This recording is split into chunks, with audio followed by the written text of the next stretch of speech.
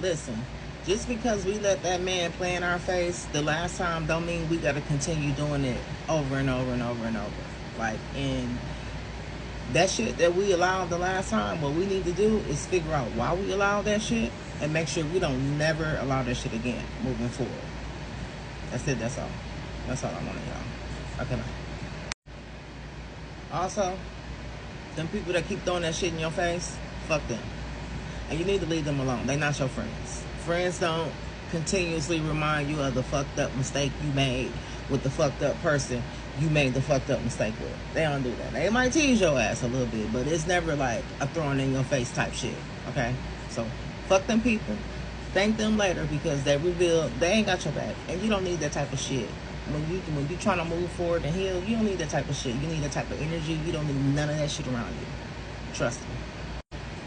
Also, if you are in the midst of your healing journey, meaning like you just got your fucking senses back and left that motherfucker recently, or he left you, which at the time I know it does not feel like a blessing, but when you look back on that, sis, I promise you it's gonna feel like a blessing. Okay, it's gonna be a blessing. You will realize it's a blessing. Okay, so if you are in the midst of your healing journey, what I suggest is that whatever you healing from, family hurt, relationship hurt, whatever, church hurt, whatever you're healing from, I would strongly suggest, you spend energy pouring into you, whatever that may be. For me, I was with somebody for 25 years, so when I left, I didn't even know who the fuck I was, because when you are in long-term relationships, you kind of blend and mend in with the other person, and you go from being you to y'all.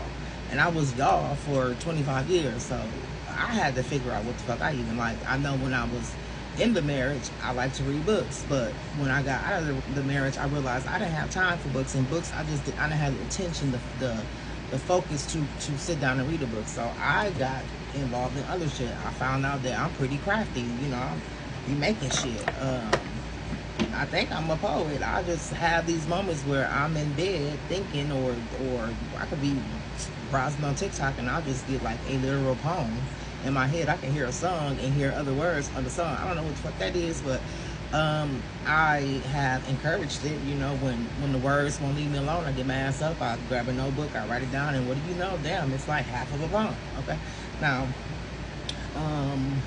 I spent a lot of time thinking and going back, like not just to my marriage, but like what happened before my marriage. What happened in my life before my marriage that allowed me to tolerate and just be oblivious to the toxic fucking nature of the marriage, right? I had to go all the way back and did that, so that took some time. Then I was also, as I was healing, my kids, because we had kids involved, so my kids were also healing. So I was kind of occupied with that too. And then just fucking surviving, girl, because my ex took care of me I left my mama's house and we moved in together, and two income family since then, so it was a struggle. But anyway, I said all that to say, the energy what you should be spending energy on is yourself. Not looking at his social media. This goes for men too. Not looking at their social media, not entertain and gossip, because when shit go bad, what you don't realize is motherfuckers live to call you and be like, hey, you heard that. And some of that shit, I ain't gonna lie, I'm nosy as hell. Some of that shit, it is kind of like, that's what your ass get type shit, but then some of the tea you hear just hurt you more, and why would you want to do that? You're trying to heal. You're trying to let the fucking wound scab over.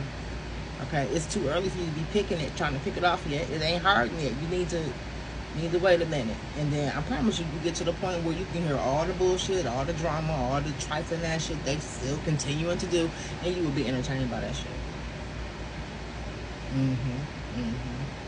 Okay, for real. All right, I got to get ready to go, because for the last 5 years, every other Saturday, I go to my friend's house and we drink. Her husband cooks for us, so we drink, we eat, we have a good ass time. I love being outside. She got a pretty ass outside, so it's a win-win. So I gotta get ready for that. Okay, all right, okay, I'm for real. I'm going to stop. Bye.